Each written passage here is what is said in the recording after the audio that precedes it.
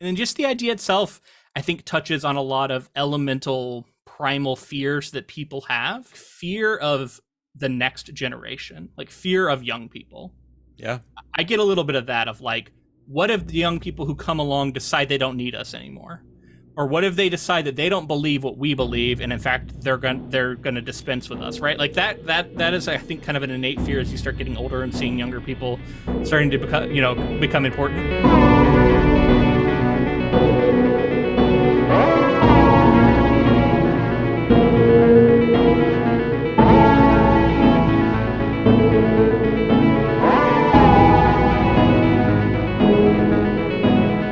Welcome, friends, to episode 283 of the Ink to Film podcast, where we read the book and then see the movie. I'm writer Luke Elliott. And I'm filmmaker James Bailey.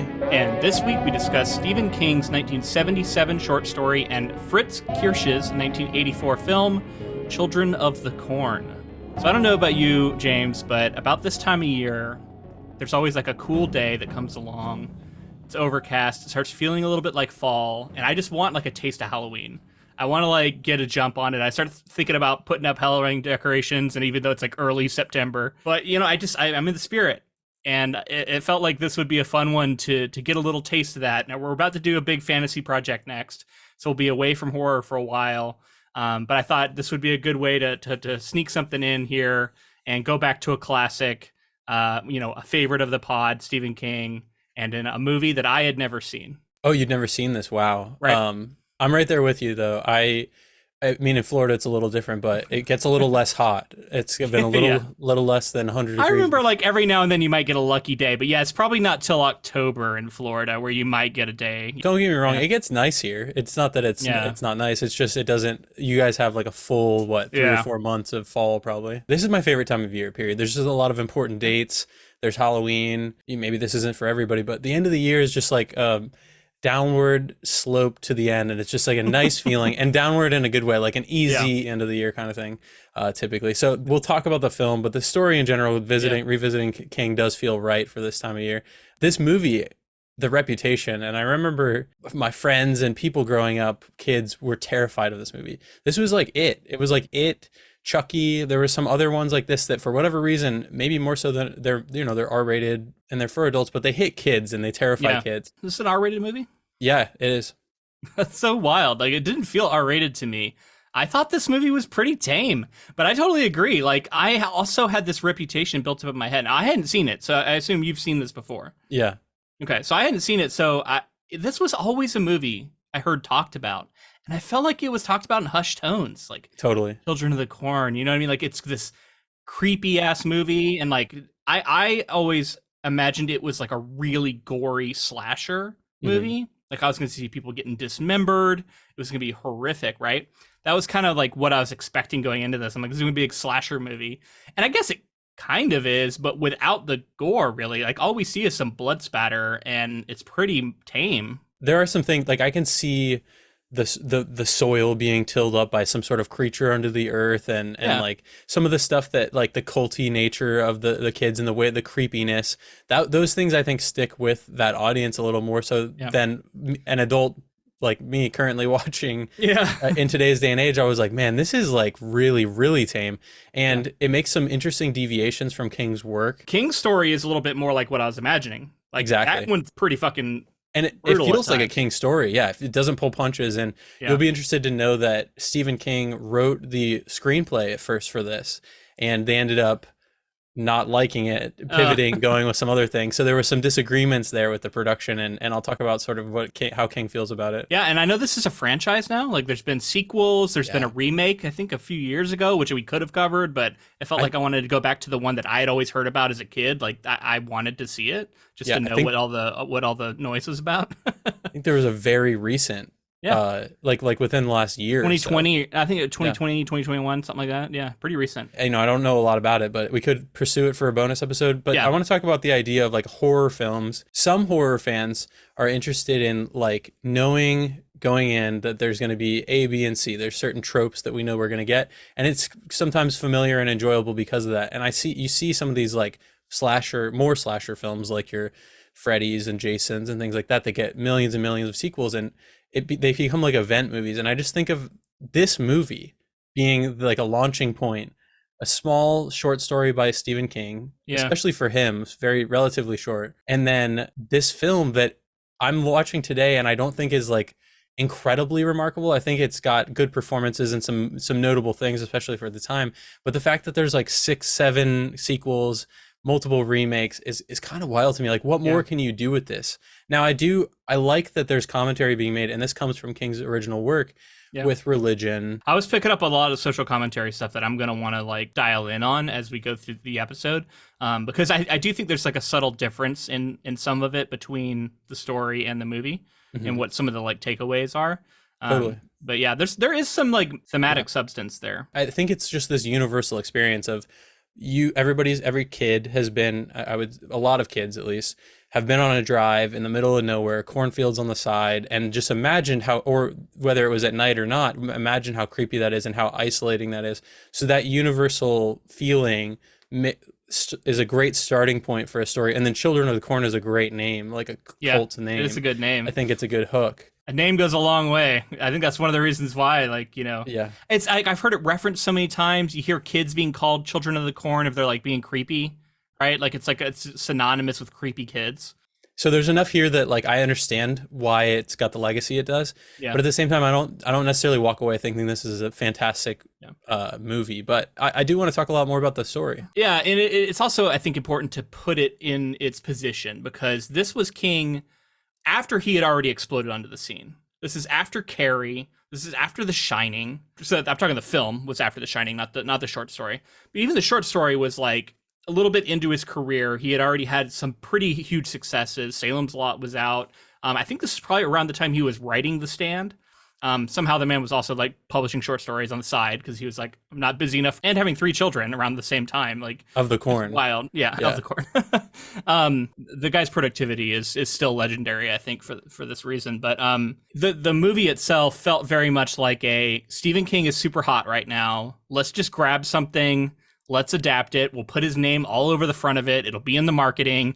Come see the Master of Horror, and we're gonna cash in on Stephen King's name. We're gonna put his book on the dash right at the start of the movie, so you make sure you see it. You're touching on some major production things. We can start to break into it a little bit now if you want to. Okay. Stephen King originally wrote the screenplay, and from what I could suss out, because they went the opposite way and went with a different script, and I have some things that I'll read about like specific reasons why producers wanted to go a different way, that may have disgruntled Stephen King, and then he asked for more money before he would allow his name to be used on the production in any way. So they had a reported like 1.5 million or something to spend in production costs, and they had to pay him like an additional 500,000 after they got the rights to use his name all over the material to say Stephen King's, you know, Children of the Corn and all that. So that the reports say that lowered the budget, and so there were a lot of like cost cutting things that went throughout. And so I think you're picking up on like they plastered his name all over the place because they wanted this to sell well. And interestingly, because of the budget and the success of the film, financial success, this is one of the most financial successes ever, just based on budget to what they recouped. Man, horror movies sometimes can really strike gold, can't they? You know, they can remain fairly low budget and just make so much money if they just, you know, if they catch the market. And I think this is a movie that appeals to kids, as we talked about, but also has adult appeal, obviously, always will. But it seems like one of those movies that a lot of kids are going to want to go see because they're like, ooh, you know, children are the bad guys in this one. I'm into that, you know? Sure. I also think that we'll see throughout that the cost cutting measures that had to be taken also kind of helped this film. So like originally we were going to see the monster, and we didn't necessarily. I was kind of bummed we didn't get to see him, but then I think about the fact that it probably wouldn't look good. So look at the effects that we got. I think that burrowing effect that we'll talk more about is pretty iconic and terrifying. That was a good Tremors effect. Yeah, which is a iconic movie. Let's focus a little bit on the short story before we get too down the road with the movie, because I know we got a lot to talk about with that. I'm curious to know your thoughts on it in general. Like just reading this story, to me, it's like in line with some of what we've read from King, but also pretty different. It's a little more what I think I always imagined Stephen King's stories would be more like than when I actually got into reading him. I found a lot of substance there that I wasn't expecting, and that I do really admire about his work. This one felt a little bit more like almost what, you know, I would imagine Stephen King would be just from reputation alone. Yeah. That makes sense? I get that. But I also think it's a short story, and we're not saying that a short story can't have immense substance and richness to it, but it's funny that you say that, because I picked up a lot on like commentaries being made on marriage difficulties and some of these other things that you might not see from an author going to those I'm not lengths, saying right? the story's like, bad, right? Yeah. And I think it does have depth to it. I think it's a very classic setup of having a Stephen King protagonist who is unlikable. Mm-hmm. And really both of our mains are pretty unlikable, but Bert in general, like he starts off the thing thinking about how much he like hates his wife. He hits her early on. Like he does a lot to make us not on his side. And I was thinking like this is such a Stephen King thing to do, because now anything that happens to this guy, we're going to feel kind of mixed about it. It's going to be kind of like, yeah, he kind of deserves it. And then you're able to like kind of have more fun with the like evil element that's going on and kind of like revel in the horror. And that to me is why I'm getting back to like, this is almost like, I think both versions of this are like campy, but in different ways. Yeah. To me, this short story is campy in a horror short story kind of way of like, I'm going to read it in a horror magazine, which is funny because it was not published in a horror magazine, which we can get to. But I feel like I would read this in a horror magazine and it would be like a fuck yeah, horror is a fun genre. Let's all have fun with it kind of story. Sure. Yeah. You know? Yeah, and it doesn't take a lot of time to, like, the characters aren't super complex, but they do have the depth, like you said, like flawed characters that you do root for in ways, and then they feel really well realized. They feel like actual people, right? Like they're King's amazing at doing that, making his characters immediately feel real. I can buy that in the 80s that he wrote this, I assume. 77 was when 77. So he was writing it probably a little bit before that. Again, like I think it lines up around with the time of The Stand, and he had just published Rage as Richard Bachman, came out in 77. The guy was super prolific, always has been, but yeah, even early out of the gates, he was just so prolific. Yeah, and so for him to be writing a character like this, I'm like, this does feel like there's people out there that were like this. There's no question about it. You can buy that somebody in that scenario driving down the highway would then hit somebody and start thinking, oh, what's going on here? What kind of weird supernatural things are happening? Even though it doesn't seem overly supernatural.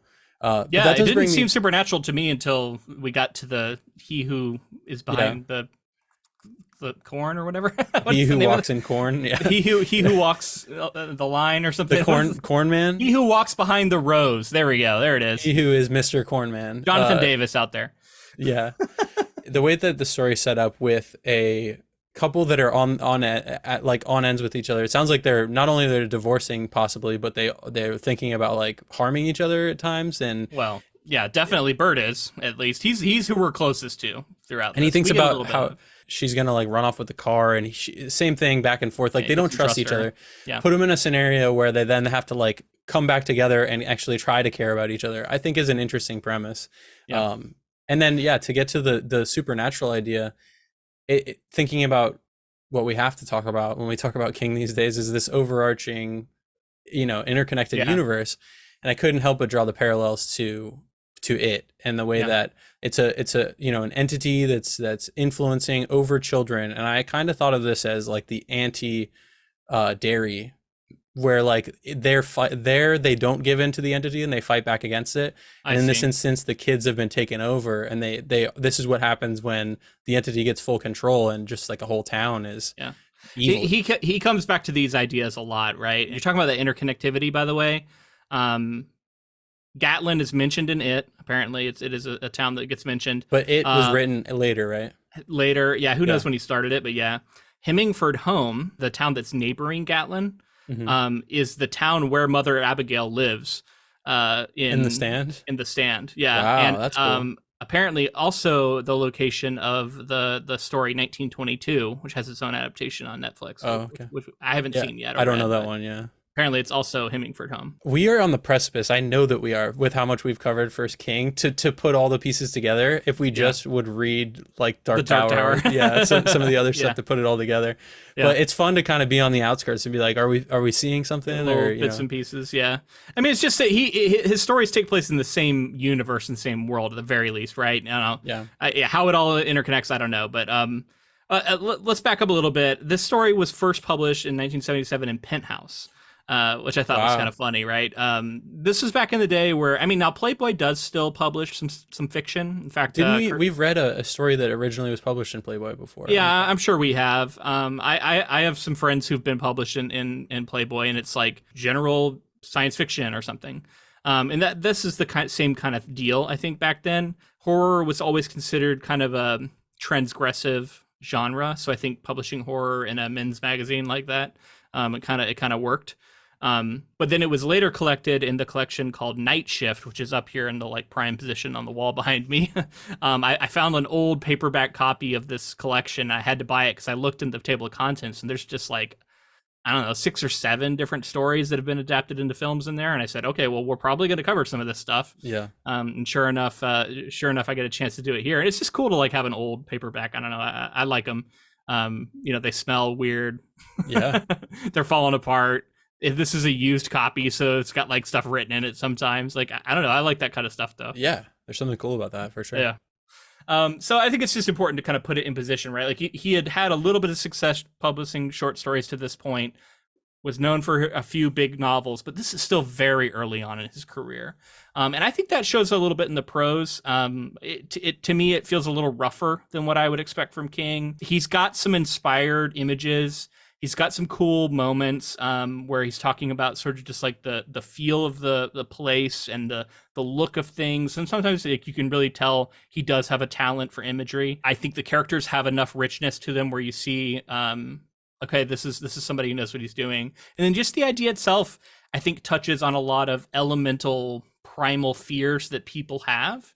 And I think the main one I really think there's two main ones, and then they branch off from here. But the first one is like fear of the next generation, like fear of young people. Yeah. I get a little bit of that of like, what if the young people who come along decide they don't need us anymore? Or what if they decide that they don't believe what we believe, and in fact they're going to dispense with us, right? Like that is, I think, kind of an innate fear as you start getting older and seeing younger people starting to become important. As a millennial, I see this a little bit with like millennials kind of freaking out about Gen Z. And it's like, because it's just another generation starting to come up and be kind of the cool new generation. And you feel like, oh my God, I'm being replaced, right? Yeah, you can't, I don't know. I don't like to get wrapped up in the whole generational thing. No, but I don't either. But you see people doing it, right? Totally, like, yeah. I felt like with the time period that this was written, I think we've seen, especially in America, and specifically religion is what I'm touching on. Religion, I'm thinking Christianity, the most prominent in the States at this time. I think about like the decline of Christianity that we've seen as time has gone on with different generations, and the way that I think that this is a fear that people possibly had of it being like tainted and twisted.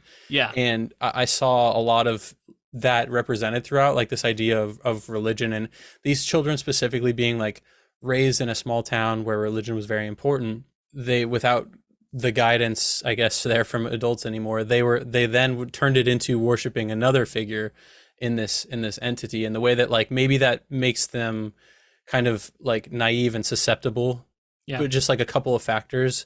And maybe there's a commentary being made there by King about like being in a small town and not experiencing the rest of the world leaves you maybe vulnerable to catching on to some of these other beliefs and ideas and things like that. I agree. That was the other one I was going to touch on, is I think he's looking at sort of like fundamentalist, evangelical, rural America, where you see a lot of these communities who are Bible thumpers. There's a reason the radio comes on and we hear the fire and brimstone, and they all kind of roll their eyes at it.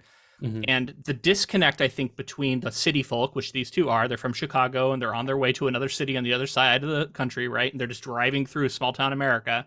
And there's like a fear of that world, right? And I think he's highlighting the distance between those two groups and how they are kind of at odds with each other.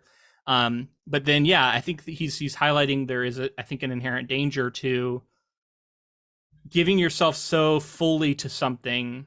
And he's recognizing that if you're primed to like be such a staunch believer from day one, and then something just like twists your belief structure a little bit, somebody comes along who's very charismatic and is able to take what you believe and twist it, and then you all of a sudden now that becomes your new belief and it replaces the old. There's a danger in that, and in that way this story is kind of prescient, as we see a lot of modern Christians and like evangelical movements getting caught up in QAnon, getting caught up in a lot of like cultist type movements. In some ways I look at this and go like, wow, for this campy story, this campy movie, there is a little bit of thematic richness here. Yeah. But I will also say it's not super clean. And I don't know that this sort of analogy holds up throughout. And obviously they didn't know any of this was going to happen. So that wasn't what they were talking about. But exactly. I don't know. It was a little unintentional, but it did end up, he wanted to, like you said, make a point about like the Bible thumpers and the people who are like closed off and closed minded. Like it's about the dangers of it. The movie at least reasserts traditional Christianity as the right path at the end. Yeah, interesting. And that's not in the story. In fact, the evil kind of wins in the story. But in the movie, it kind of reasserts that. So that's why it's a little messy. It's kind of like, it's okay to be a super believer, but you got to make sure that you're believing in the one true Christian God. Right thing. Yeah. And again, that comes down to like the film goers of the time. I think that was like the normal thing. But in defense of the movie, it says any God that doesn't believe in like love and compassion isn't a God worth believing in, or something like that. So like, it doesn't say the one true Christian God, but I think it's pointing out that like Christianity, if you're going to believe in it, needs to go back to its roots, which like honestly, I look at today and say, a lot of Christians have gotten pretty far away from the love and compassion angles of Christianity, especially in like the more extremist groups. Like, exactly. Yeah. I want to talk about specifically imagery from King's story and the way that he's so like transgressive, as we've talked about.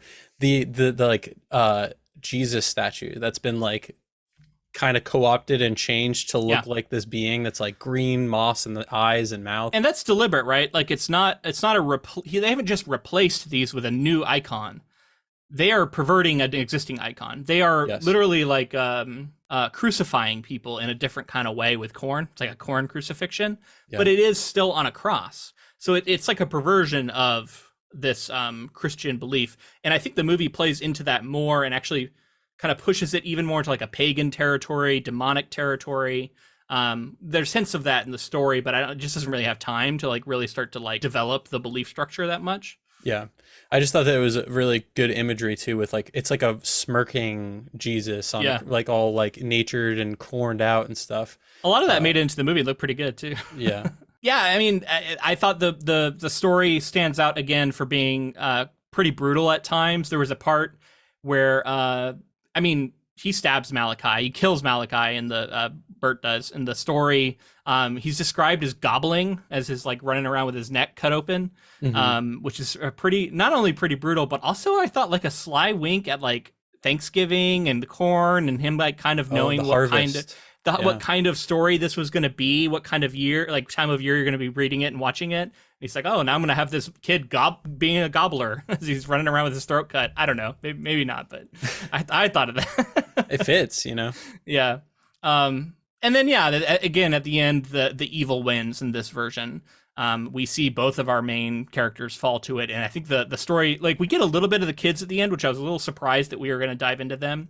And honestly, that little section does a lot for like what we're later get in the movie. And then, and then it ends with like the corn is pleased at the end of the story. It's like, yes. There's so much corn going on here in this story, and I couldn't, especially with the film, like if I was around this much corn for the time that it takes to produce a film, I'd be like, I fucking hate corn now. Like everything's corned out. There's like cornfields everywhere. Things are stitched into people's like little corn bowl. So everything is corn related going forward. Anything we mention, just imagine that's made of corn. Yeah, I'm really trying not to ever level a certain criticism at this movie because it would just be too obvious. But yeah, man, do you have any more thoughts about this story, or do you want to move into the movie and then we can continue to make comparisons? I think let's move into the movie. So I'll just talk about the filmmaker a little bit here. George Keith Fritz Kiersch is an American film director, writer, and producer. He's best known for directing the horror film Children of the Corn and the drama Tough Turf. So it seems that this is kind of the main thing that he's known for. Kind of what he's known for, yeah. Like I said before, I think based on the fact that they had to cut budget pretty frequently, some smart choices were made. Now, there were times that you could tell it was a low budget film from the 80s. It just like the look of it. Yeah. That they didn't have a lot of time to film it. I'm telling you, man, I did not expect campy B-movie horror, which is what this really felt like watching it. And I was like, this isn't the reputation I thought this movie had. Right. I was surprised. There were a few times that it earns its reputation with like the special effects makeup on Isaac when he comes back, and then he says like, "It wants you too, Malachi." Like that moment, that's an iconic, like really great moment. And then still like super campy though, like, very campy. But like, yeah, I guess reputation as far as like it being terrifying. I thought it was gonna be this brutal movie from the reputation I heard. Like, I don't know, like maybe it was just the kids I was talking to. Yeah, but I think I was like one of those movies that I was like, I don't know if I want to watch that. I hear it's really going to be tough. I think people of our age and our generation is like a term we've been talking about, but had a lot of people had the same experience. I think it's one of those things that people talk about with hush tones, and it's like going around on the playground or whatever, like out on on the track at the gym, like people are like, oh my God, this movie, sleepover movie, all that kind of stuff. And it builds up like a reputation, especially because it's known as Stephen King's Children of the Corn too. Right. And maybe that's what we're touching on here, right? Like Stephen King just had such a reputation with kids. Like I've talked about this in our very first episode I think we ever covered in it. That was a book I heard about from my friend who had read it, and it was talked about in such a way that it was like, you'll never be the same if you read this book. Like, it's that terrifying. It will give you nightmares the rest of your life. And that was the reputation Stephen King had just as a writer. And what's impressive is that, like, outside of that is true for a child too. And then outside of that, I think when you read his, like, even just reading this, and we've talked about, like, this isn't his best work necessarily, but I enjoyed myself. Like, I was pulled into the story. The characters felt well realized. The threat felt fun, and like it was kind of that campy sort of story. But it's so wild that he can live in both worlds. It's like, he is the master of horror, especially to children who like, I imagine kids who saw It Chapter 1, something like that. Like, that's the same kind of thing that we were experiencing with the original It, and like, Pet Sematary and some of those other ones. We talked about Stephen King as a writer and his history, and we can't go into all of it. There's so much about his, backstory. But one of the things we've touched on a few times is how there's this story that when he was a young child, he went out playing with a friend one day, came back, couldn't talk, was traumatized, and then it took him a little while to figure out that, like, his friend had been hit by a train. And he says that he does not remember this. He has no memory of it. So he doesn't think that it, like, informed his writing. But time and again, I mean, look at Pet Sematary and look at this. Like, we're seeing kids getting hit by vehicles. There's all this danger to children constantly. To me, this is somebody who grew up around children being in danger. And even if he doesn't remember that, I feel like that's deeply in there, right? And it's something he had to at least heard about and been, like, imagining what it would have been like. And it's kicking around in there. Yeah, and he realizes, like, the children endangered, like how all of us react to that as well. And people, I would argue, weren't really writing like that at the time. Like, he made a name for himself by putting children in danger and writing these stories. And ultimately, he part gets of that transgressive nature. Sure. And he gets a rap of, like, not having great endings and this and that.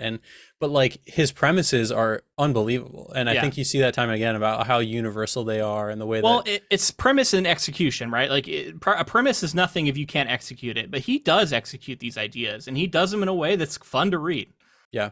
I was thinking about, while I was reading this, how massive Stephen King is and how well respected he is. The two seem at odds with each other. Like, he like, in a lot of cases, people turn on people who get very popular, right? And people have turned on Stephen King, there's no question. They definitely have. And in fact, the more you get into, like, writer circles, sure, you'll find a lot of people who give it up for Stephen King and have a lot of respect for him, but you'll see a lot of people who are very dismissive, and and there's nothing wrong with that. It's also a taste thing, right? But more so, I just mean, and anybody who's that popular is a target. Like, they're gonna be, because everybody has an opinion about him. Yeah, right? I just think it's still impressive for him to have the reputation and the longevity that he's had, and all of these stories. I haven't read a Stephen King story that I was like, I actively hated that, like, we've read great, we've read good, we've read pretty good.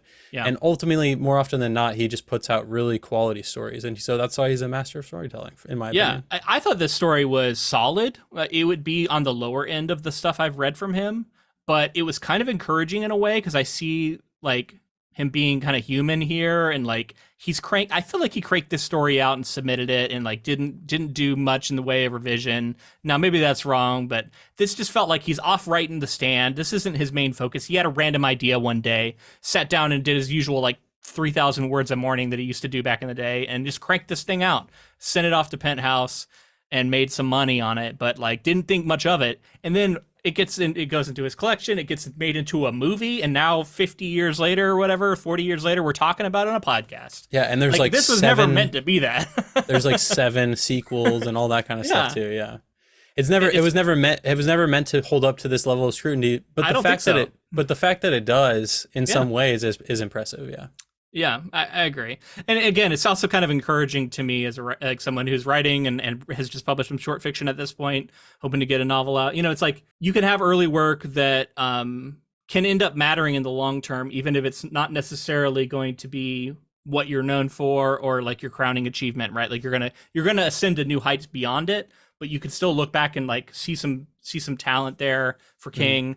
And like I just want to believe that's true for a lot of authors out there who are trying to break in. Well, he's a great example too of like artists in general of just doing it, right? It's like you can't get wrapped around the axle and be like, I'm never going to do it because I want it to be perfect in every way. And there's a school of thought that caters to that, and I think that's important too.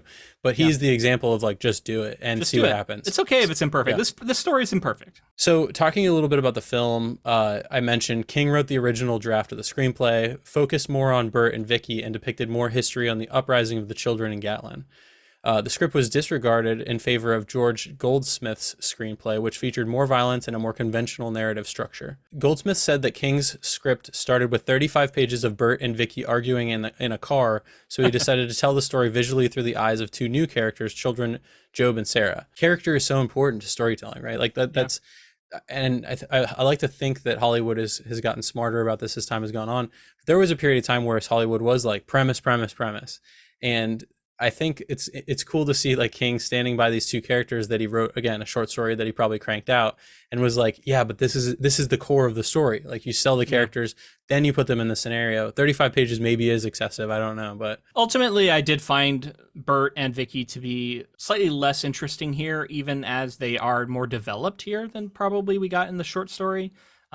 They definitely simplified them. They made Bert into a doctor, which I will admit explains his ability to like look at a body and see that it's had his throat cut, and you know what I mean? Like all of that makes a little more sense if you're a doctor than just some random dude. But their relationship is simplified into being sort of the couple in love who is now caught up in a horror movie, and that we've seen a bunch of times. Like it's less memorable than the story version was, which at least felt different. I just gotta say it here, Linda Hamilton. This is right around the same time as Terminator. Same year. The movie comes out the same year. I thought she was super underutilized in this movie. Like I was I was happy to see her, but she is sidelined for much of the movie. She doesn't do a whole lot. I really felt like she could have shared the spotlight, had more heroic moments. We know she's super capable of that. And she just felt super underserved here. It's funny because like the dancing scene in the beginning where she's waking him up, like multiple scenes throughout, I was like, she has more charisma and she's more interesting on screen than the lead is by far. She should have probably been the lead. At the very least, they could have shared it more. But yeah, cool to see, early Linda Hamilton right before. I was surprised. I had no idea she was in that movie. Neither did I. I had completely forgotten. Yeah. Who knows? When do you think you saw this for the first time, by the way? Like I would say like late 90s probably. How early old were 2000s. Somewhere around like 10. So very young. Pretty when young, you did see it. Interesting. Yeah. I mean, 10's pretty young to be seeing this movie. This is what I mean, like sleepover type movie. I know for a fact that I saw this at a friend's house. Like this is the kind of thing that like you went to a friend's house. And I bet at 10 this movie is very scary. Exactly, and it was. Yeah. I remember how scary it was. Actually, that's a great point to make. Is I remember how creepy these characters are. The kid when he first shows up in the window at the diner, dude.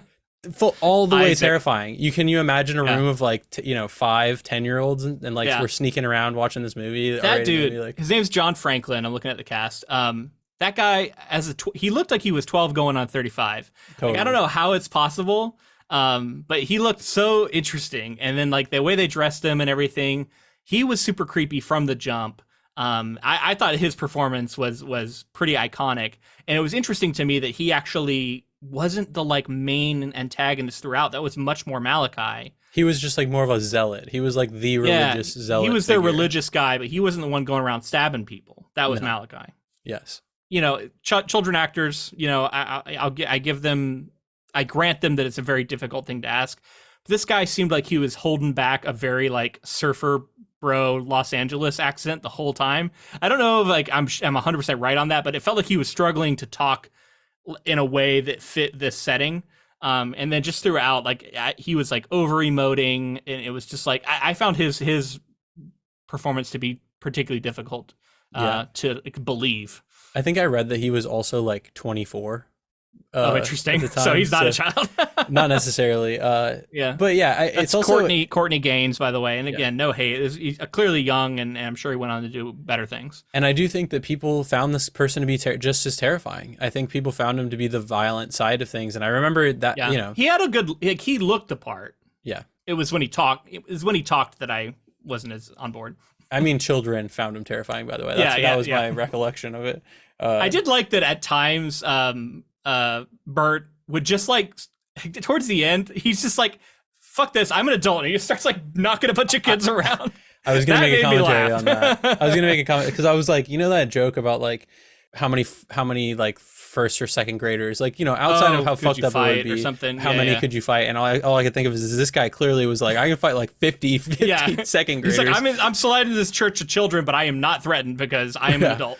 And he does start just bodying kids. Like he just starts beating the hell out of kids, and you're like, oh, this is pretty fucked up, right? This is like these kids are, they're trying to kill him, right? Like they've tried to stab him and stuff. So But the fight at the end with Malachi, he like gets over top of him and he's just wailing on him. He slaps him around. He slaps him like 10 times. Yeah. And then he like and then someone's like, oh, Malachi's Malachi's dead. And I'm like, no, he's not. He just got slapped a bunch. Yeah. King was unhappy with the changes, but Hal Roach, who was a producer, went with Goldsmith script. King and Goldsmith debated Goldsmith's approach during a phone conversation, during which King argued that Goldsmith did not understand the horror genre, and Goldsmith countered that King did not recognize that film is a visual, external experience, unlike novels and short stories, which are internal and only visual in the reader's mind. I mean, we talk about this all the time, right? Yep. These distinctions. It's hard to know what they were exactly arguing over and what, you know what I mean? Like, we've seen movies that can do the internal really well. So sometimes it is a little bit limiting to say like, oh no, movies can't do internal at all. And we know that's not really true. Right. But of course it is broadly true that it is more an external genre. So like they're both making points there. But when compared to novels for sure, or story, just, the written word. This did feel a lot more cookie cutter to me. And like, as much as it is like a novel, I should say unique idea, just for clarity's sake. It's a cool idea on film, but like the structure of it being this couple faced with this supernatural element, faced with this culty attack, by the way it ends, it really kind of came back around and ended in a very expected way, which I'm sure we'll get there. We will get there, yeah. It definitely does. So moving into the plot here, the film is set in the fictional town of Gatlin, Nebraska, an agricultural community surrounded by huge cornfields. When the corn crop fails one year, the townsfolk turn to prayer to ensure a successful harvest. However, 9-year-old Isaac Kroner takes all of the Gatlin children into the cornfields and indoctrinates them into a religious cult based on a bloodthirsty deity called He Who Walks Behind the Rows. Isaac and his subordinate Malachi lead the children in a revolution, murdering all of the adults in town as human sacrifices. Children Job and his sister Sarah are uninvolved in the sacrifices, having not attended the meetings with the other children. 3 years later, Vicky and her boyfriend Bert travel through the rural Nebraska on their way to Seattle, where Bert will start work as a doctor. A boy named Joseph tries to flee Gatlin, but is attacked in the corn. He stumbles out into the road, and Bert accidentally runs him over. However, Bert discovers that his throat was cut beforehand. Searching for help, the couple finds Dial, an elderly mechanic and the last adult in Gatlin. He refuses them service, as he has agreed to supply the children with fuel in exchange for his life. Malachi breaks the pact and murders him after Dial tries to steer the couple away from Gatlin. We get a little bit of this behind the scenes stuff with the kids themselves. I thought that signaled what kind of like the campiness of this movie pretty early on. In particular, one moment where the kids grab the like guy behind the counter and force his hand into one of those meat slicers. Yeah. Now we don't actually see anything other than like some blood spray into the face of somebody, but like I was like, why would they do that if they're just going to kill these people? Like it makes no sense. The reason to do that is just to be over the top and extreme. And then I think that signaled to me, oh, okay, it's that kind of movie. Right. Like it's going to be a little bit ridiculous at times. And sure enough, I think that held true. It definitely is. I think too, fans of this film would say like it's unapologetically that, like that's the point of it in ways. Yeah.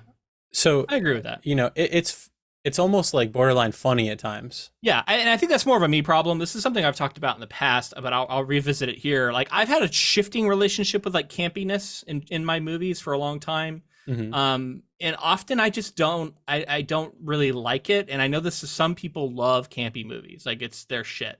I do think I've come around on it some as I've started to like categorize them differently and try not to compare them too much to like more like serious, I guess, films. It's like, these films are trying to have fun. They're unapologetically reveling in the genre elements that they're presenting. They're not trying to convince you of their realistic, depiction of anything, really. Yeah. It's just about being a fun Halloween movie. It's loving being in the genre. It's playing with the tropes of the genre. It's and you could say that it's almost meta in certain ways too. It is. It's playing with the audience's. It's like we're all in on it. We're all in on it together, right? Like we all know why we're here. Like you said, I think it is smart to. I don't think you're gonna compare this to The Shining. Yeah. In the same way of like level of detail that was brought to the production. And I think for a long time I struggled with that, right? Like, because to me it's like I look at like The Shining, I'm like, that's a perfect genre movie. It's like one of my favorite horror movies of all time. And so I'm like, why are we going to make a horror movie and not try and be good like that? Why are we instead going to be goofy and like, and I just had to realize like it's just a different approach to filmmaking and to storytelling, I should say, because fiction does this too. And not everybody's Kubrick, and like there's grittiness, and like that's one of the, you think of like an Evil Dead. This filmmaker isn't trying to be Kubrick too. You know what I mean? Like he's not. Yeah. It's like, it's not only is he's not trying to be, he's not going for that. Right. But and that brings up like people like Raimi with Evil Dead and like the super gritty nature of a horror movie and like reveling in that. And I think that's all wrapped up, and fans of the genre appreciate just like the craft, the creation, a lot of that kind of stuff as well. So horror movies, I like horror audiences because they're just down to check anything out and to honestly like a lot of different stuff. I did have one other thing I wanted to mention before I should have said this. While they kind of went back and forth and had some disagreements, Goldsmith did credit King with being extremely gracious when asked about the film in media interviews, stating in diplomatic ways that he felt the new approach to be lacking. So it's cool to hear that like once King got paid, he then went out and was like, yeah, in the same way that we see often, he'll talk well about some adaptations that I'm sure that he has misgivings about. You can look at it that way, but you can also look at it and say like, he's also kind of said he didn't like the way this movie was done. You know what I mean? Like he didn't also like completely shy away from it. So he's found an interesting road to walk where he can still say like, he's rooting for this adaptation. He thinks it's pretty good, but then also say, I have my misgivings. And I think, with what happened with early on with just Shining, like that just kind of definitely taught him a lesson, I think. Taught him that he is not always going to be on board with the adaptations he gets, but I think he recognizes that they're a huge reason why he is as popular as he is. Yeah, and look how much money this movie made. You know what I mean? Like it made for how much they put into it, and it's successful. It's part of his oeuvre. It's part of his overarching like legacy at this point. It's funny because I didn't realize this was a Stephen King thing. This only until we did the podcast and we were looking it up did I realize Children of the Corn was a Stephen King story. Really? Yeah, I didn't know that. It makes sense now, but well, probably also because you hadn't seen it. Exactly. These kids, by the way, they do the thing where they're supernaturally stealthy. I knew for sure, like that's the one thing I knew going into this movie is that we were gonna have some supernaturally stealthy children, and we definitely did. I was a little, it's just funny to think about like what my expectations were. I kind of thought the Children of the Corn were gonna be like ghosts or something, or spirits, or you know what I mean? Like maybe they could take corporeal form, but they were like the dead or something. Like, I thought there was something more supernatural going on with them directly. Yeah. Whereas instead they're people, but they're worshiping like a culty, a cult figure, almost Lovecraftian deity of some kind. Yeah. I haven't read a lot of Lovecraft, but for the podcast I now have, but I've seen a lot of Lovecraftian things. Like I've seen the influence of Lovecraft throughout sci-fi and horror. And so it's really interesting to place a lot of these entities that he's created for this massive overarching universe and start thinking about them as Lovecraft inspired, because they are these like godlike beings. King has talked about Lovecraft was a very influential author for him growing up. I also read a little story that reminds me of when this like, what do you call him? You got like a bookmobile salesman came to town one day, and he said, "Do you have any books that tell the story of how kids really are?" And the guy was like, "Yeah, here you go." And he gave him Lord of the Flies, which we haven't covered yet, but we could. I have read. I don't know if you've read that book. Okay, yeah, me too. Apparently, that was a super influential novel for King as well. Like, he really liked the way it showed children as being vicious and you know how we often see children in King's books. Also, apparently, Castle Rock, he borrowed from that book. Like, that's what they call the rock. They call it the Castle Rock or something. And that's like his town that a lot of his stuff is like set around. It's like, you know, an area. I'm familiar with it in King's work, but I didn't remember it in Lord of the Flies. I read that today, so I was like, oh, okay, I'm gonna mention that. It's interesting. So yeah, you're talking about his influences. You know, they're all over the place, and I think Lovecraft is an important one when we start talking about these weird gods that people are worshiping that are like supernatural entities of unknown origin. Yeah, that's very Lovecraftian. So we've talked a lot about that first part. Let's move into the next one. Vicky and Bert explore the abandoned town and find Sarah alone in a house. Malachi and his followers capture Vicky and take her to the cornfield, where they place her on a cross to be sacrificed. Bert enters the church, where a congregation of children led by a girl named Rachel are performing a cultural birthday ritual for Amos by drinking his blood from a pentagram-shaped cut on his body. Amos has turned 19, so is considered old enough for his passing, joining their god in the cornfield. Rachel stabs Bert, who is rescued by Job. They hide in a fallout shelter with Sarah. Isaac scolds Malachi for killing Dial, their only source of fuel. Malachi takes over, tired of Isaac's preaching, and orders Isaac to be sacrificed instead of Vicky. Isaac warns that sacrificing him will break their pact with he who walks behind the rows, and the children will be punished. This day and age, it's funny to go back and watch a whole plot built around two characters needing a phone. Yeah, love it. Like, desperately needing a phone, and then have characters go like, "We don't have a phone," and having today's day and age, it's just where's the closest signal? I need signal for my phone. Driving around looking for signal. You could still do it in a way, but I just thought that was funny. And then a couple other interesting moments. We have what has to be a Shining reference, right? Lyndall Hamilton's face against the door, axe comes through. Felt like Malachi. Yeah. It's like, okay, this is definitely Shining reference. And this is only a couple 4 years later. Already a massive movie, I think. Yeah. And wanting to like capitalize on that. They probably put it in the freaking trailer. You want to bet? I bet. You know, the glint of the knife. I don't know if you were noticing that too, but every time Malachi pulled out that blade, he would like turn it so that the light would hit it and it would gleam.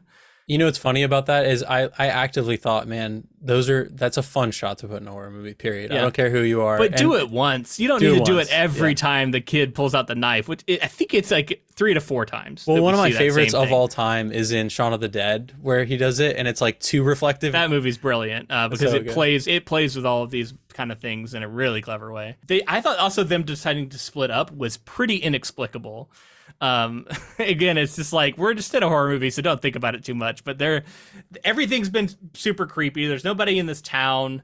They're in this house. Everything's weird. Nobody's around. There are no adults. They find a random child. And all of a sudden Bert's like, well, I'm going to go walk into town. You stay here. I'm like, what? Why are we doing this? Why would you ever? I'm just going to leave my wife here with this random kid, and I'm going to walk into this abandoned town on my own. And this is a good place to start talking about deviations, because that is different from how it happens in the book. In the book, they're together, they go into the town, and he goes into a store or something. She doesn't want to go in because she's too afraid. She wants to stay. She wants to leave. And he's like, fuck it, no, I'm going in. And then I think he takes the keys so that she can't drive off because he's afraid she's going to leave him. Right. Because, and their relationship's not great in the story. And it leads to a really creepy scene that would have been great to see, which is all the kids are descending on her in the car while she's honking the horn. And he's like, oh, I need to get back out there. And he's like paralyzed by fear with these kids just bashing in the car and breaking the car. And I'm like, why would that visually, that makes a ton of sense to film that scene. Yeah. Instead, she's captured off when they're separated, of course. Yeah. And then, I mean, she is her whole thing is weird. Like, they put her on the cross, but then they take her down and they replace her with Isaac because no, it's Isaac because the kids have this like inner conflict, right? Where Malachi's kind of trying to like usurp power. But I'm like, really? Are they that like pressed for crosses that they can't like have them both up there? And then he wants to take her down and like use her as bait to get the other guy to come out. But like, she doesn't do anything the rest of the movie. And in fact, she's so passive. And like, even like later when she escapes, he like yells at her to go to the barn, and she like has a moment where she's just standing there like looking dazed. And he has to like tell her twice. And then she's like, oh, I guess I'll go. And then she runs off. Like, very weird. And then like the only other thing she does is like at the end of the movie, she like turns into this mother role, which, man, we can get there at the end. But I was very frustrated with what they did with Linda Hamilton. I was like, she's so badass.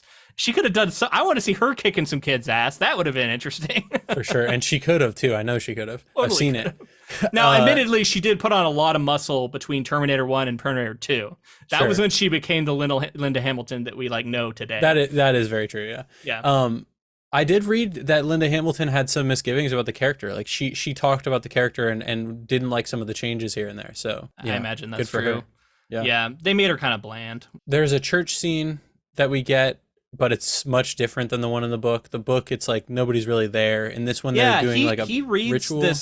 He reads this like list of ages of like when these kids die. He like puts the whole thing together right away. Yeah. He's like, I know exactly what happened. I'm just imagining it, but it is what happened. I'm just imagining. Yeah. He's like, in the short story, he's like, I'm just imagining these kids like all of a sudden deciding they're worshiping the corn and they're going to kill everybody when they hit above a certain age. And he puts that all together from just reading a list of names with like birth and deaths. Like, that's it. Yeah. Little unbelievable, King, but okay.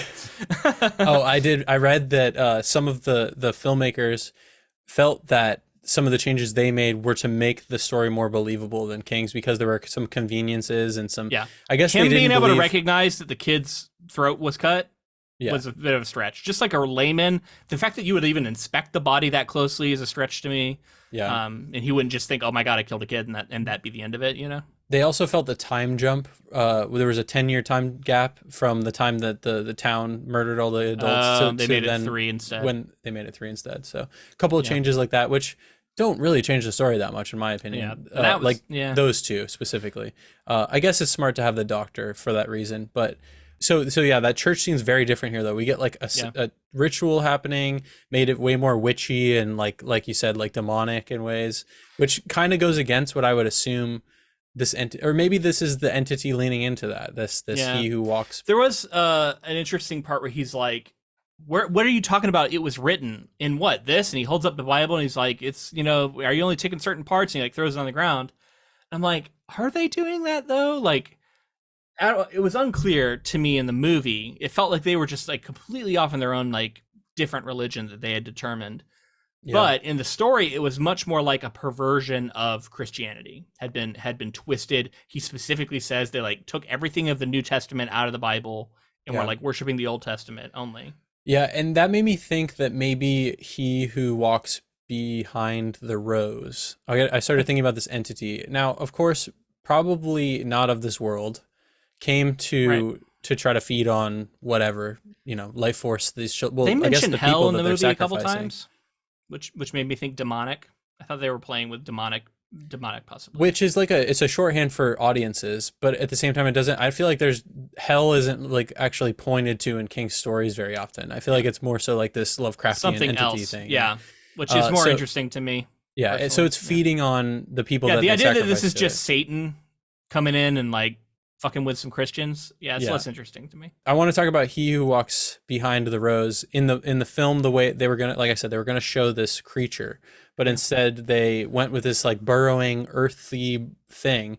And I read how they actually achieved that was pretty cool. Special effects artist Wayne Beauchamp revealed that it was accomplished thanks to a special device called the Turtle, a wheelbarrow bucket flipped upside down with added wheels.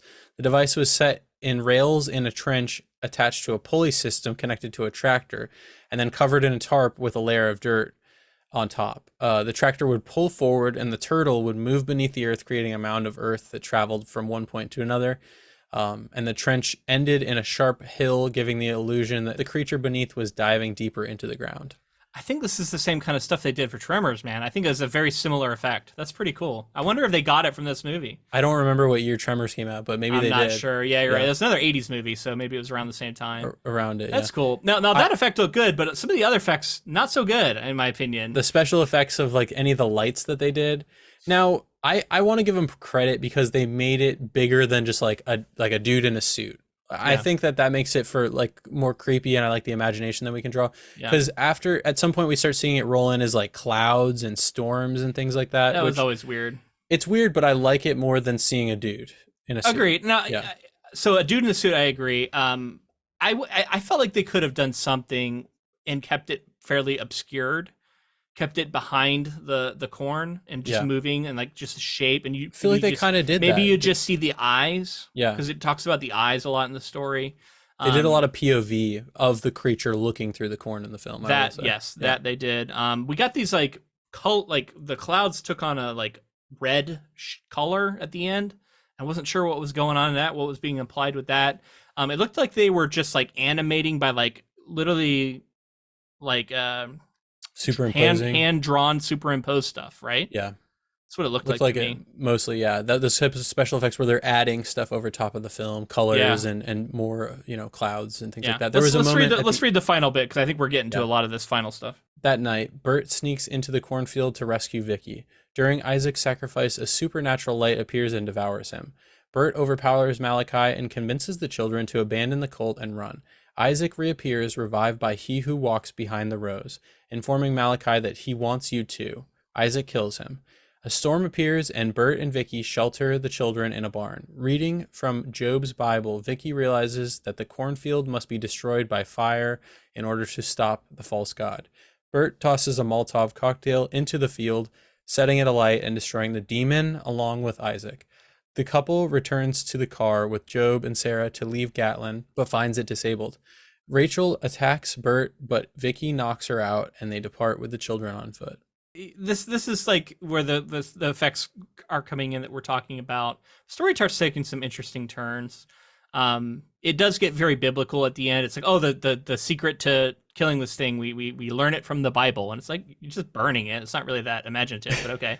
And then there's like really elaborate sequence of them trying to like pump gasoline into the like watering structure of the field. Yeah. And then for some reason, this Molotov cocktail that he throws, it doesn't go off. It's just sitting there burning, and the kid goes running over, grabs it, picks it up, runs it all the way back to him, hands it to him, and says, "Throw it right this time." Yeah. And he's like, "Okay," and he throws it again, and this time it works. I was like, that kid, man, there were so many times where I was like, "What is happening?" And they gave him little one-liners too, where he kept being like, starts bizarrely just calling him Joby out of the blue. I'm like, when did we establish you could just call this kid Joby? And then like his sister also calls him Joby at that point, and I'm like, all right. There's one point where he like runs out. And like he like helps him get out because the corn is all wrapping around our main character, and he comes in, like helps him out of there, Job rips him out, and then he's like, "Get the hell out of here, kid, go back." And Job's just like, "Well, shucks." Yeah. And he's like, "Oh, I'm sorry, I didn't know you didn't want my help or something." And I was like, it was a bunch of stuff like that they kept adding to the script. I was like, what's happening here? This kid just is him like trying to help, I guess. Become very comedic though. Like he's like darkly, like I don't know. I guess they've been through some stuff, and then that brings me to the final scene where they go back to the car, and I was like, what was the, I guess they could go check. I guess they needed the map. That was probably the main reason. But I just felt like that final scene, I was like, don't even show that. Just have them get away, walk off. Well, they wanted the last scare, man. You're right. They wanted her to jump out from the back seat. Yeah, and then you got to knock her out, and then we'll just leave her in the car. And then we get the final line of like, "Oh, we'll send her a get well soon card from Seattle." And then their plan is to walk 19 miles with these two kids. That's gonna be tough, but I guess doable. But it's gonna be rough. And again, this is a part where I felt like Vicky kind of takes on this mother role. It kind of looks like they've created a family. It's a return to traditional values. And the family, the found family at the end. This is all expected stuff to me. This is all very tropey, and not very interesting in my opinion. Yeah. So there's a few things at the end. Like I said, He Who Walks Behind the Rose. I liked some of the effects they did for it. The one that consumes Isaac, not good. Not good. I did not like that one. But when he comes back and he's all gray, he also shoots him into the air. What was? It consumes him, and then all of a sudden it goes it looks like he gets shot out of a cannon straight into the air. I was like, what's just happened? I was so confused. Yeah. So he's like sacrificed basically. Then he comes back as a zombie. Kills Malachi. It looks like a zombie. Yes. It's just a few bizarre scenes. I want to talk about this. Let's just start shifting into our final section here, which we prefer. And I'm just going to roll this right now. Okay. I prefer the way that King's story ends because I like some horror to not have hope. I like the idea of there being stories where there's some entity in the middle of nowhere that no one knows about that's lurking and doing bad things is really creepy and really a really cool way to leave it. This very, like you said, traditional values ending, it feels expected, it feels samey to a lot of stuff I've seen, and in that way, like, it kind of takes away anything that I felt like it was building through the first two acts. The third act kind of was like interesting finale. I think interesting visually. They burned the field and there's some stuff that's fun, but it left me kind of feeling like, okay, this is like an ending that even Stephen King would disapprove of. Yeah, and I agree. And I wonder if he gets like, blamed for this ending when this is not how the story ends. Yeah. He probably does. And this Stephen King's ending is so cool because like these cultists, like when they kill he who lurks or whatever, he who walks behind the rose is lurking around and ultimately like consumes these people. Yeah, I don't know if we described it, but basically, Vicky gets captured. Bert goes looking for her. He gets out into the cornfield like he does in the movie. But when he comes up, she's been like corn crucified. She's got corn like in her eyes and she's dead. And then he gets captured and sacrificed to this like Lovecraftian god, essentially. And then we cut to the kids who are like in their new society, and there's like one kid who's like, oh, I don't really like this, but he who walks behind the rose or whatever can see into my heart, so I better not have any doubt. Yeah. But then it was a girl, happy, and like that's the end. And it was a girl too. Interesting, a couple of interesting kind of big. She was like pregnant with Malachi's kid or something. Exactly. So Malachi is like, so Isaac in this version of the story, in King's version of the story, is like a young kid who inherited the power from his older brother who aged out of being a part of the society, which was 19. And then this little kid, Isaac, at the end of the story is like, we're going to go even further. 18 now. So anybody who's 18, go walk in there. Malachi's 18. He walks in there without ever looking back. And this girl is like pregnant with his baby. And she's thinking about how like on September evenings when the corn is all dried up, she's thought about going in with 2 torches and just torching the whole thing, lighting it on fire, which is probably where they got the idea to actually light it on fire in the film version. But I thought that left it at such a hopeless place. And like, you can see how you're like, oh, eventually the kids will all age out and there will be no kids left. But you can see that these young kids are, breeding with each other. They're continuing the cycle. Yeah.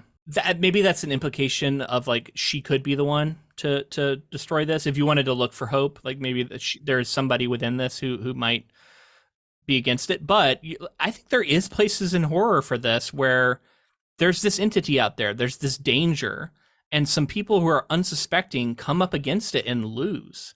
And then that's the story, is like that's things still there and it's scary and it's still lurking, and like I think that there is a place for horror like that. Totally. And I sometimes wish that made it into movies more. Maybe I just need to watch more horror movies, but I do think a lot of horror movies are drawn to an ending more like this, where the thing is defeated, and maybe there's an "it lives" twist at the very end where it seems to be defeated, but in fact it's still around. That way we can have a sequel. That's just the nature of what audiences had come to expect for a long time. But I think if you do digging, there's absolutely horror films. Like the really big blockbusters, you're going to see that. But there's absolutely tons of horror films that end in a really bleak place like that. Sure. I mean, like The Shining is an example of one, right? Where like, spoilers for that, I guess. But like the hotel is still there at the end of the movie. Again, differences all over. Okay, so it sounds like what are you going to take here? Short story here. I just like a lot of what Stephen King did here, and I felt like the film kind of muddied it and kind of lost the exact pinpoint of what he was getting at, and some of the allegory that's going on. I'm going to take the story as well. I thought I was going to maybe go over the movie this time, just because I did have some problems with the story. It's one of my least favorite things of his we've read, but I still enjoyed it. And then when I saw the movie, there was too many things I didn't like here. Even as I can kind of recognize that it's this campy B movie thing that I maybe should like cut more slack to. It's a very particular kind of 80s horror movie I don't know. I just still I have a little more respect for the story, so I'm going to give it there. But honestly, it's kind of close.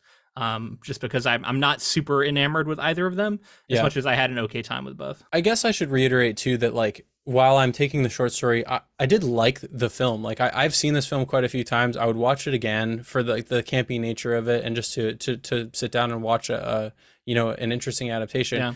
I'm curious to see if the new one is the same campy tone or not, or if they tried to go super serious with it. Yeah, I haven't heard a lot about it, so maybe, I don't know. I can never tell if that means a good thing or a bad thing. Yeah, it could exactly. be bad. All right, so I think we're going to leave it there. If you enjoyed this episode, please let us know in the form of a rating and review on whatever app you chose to listen on. If you're on YouTube, make sure to subscribe and like the video. Comment, let us know your thoughts on this movie. Is this something you watched when you were young? When did you first see it? Has your experience with it changed over time? Have you read the story? Curious about all that stuff. And be sure to connect with us on social media. We're on Facebook, Twitter, and Instagram. All of those at Ink to Film. We're also on TikTok and Blue Sky now, all kinds of places. So look for us. And if you'd like to support us monetarily, we would greatly appreciate it. We have merch on there. We have these like t-shirts and hoodies and mugs with like this special different logo that looks really cool. If you wanted to get those, the best way to do it is on patreon.com/inktofilm. You can also get access to our bonus episodes, like what we just talked about, how we might cover this as a bonus. That would be over on Patreon. So we'd love to have your support over there. And that starts as little as $2. And thank you to Ross Bugden for the use of our intro and outro music. All right, that's going to be it for this week. But next week, we are getting back to Robert Jordan and back to the Wheel of Time. I know this is one that you've been looking forward to. You said you haven't read on after book one. We weren't sure if we were going to be able to find a way to tackle this, but we ended up finding just enough room in our schedule. So we're going to go in. We're only going to read book 2. I know that it touches some on book 3, but we're going to do book 2 and season 2 of the show. And I'm excited to get back into it because I love Wheel of Time, foundational series for me. Yeah, it feels kind of surreal. 2 years on, I was like really wanting to continue on after that first book. So I'm excited to jump into book 2. I've been on a fantasy journey outside of Jordan just for the podcast. So I'm really excited to get back into him. And then I really hope that season 2 improves from season 1 and his show can capture some of that magic. All right, until next time, keep adapting.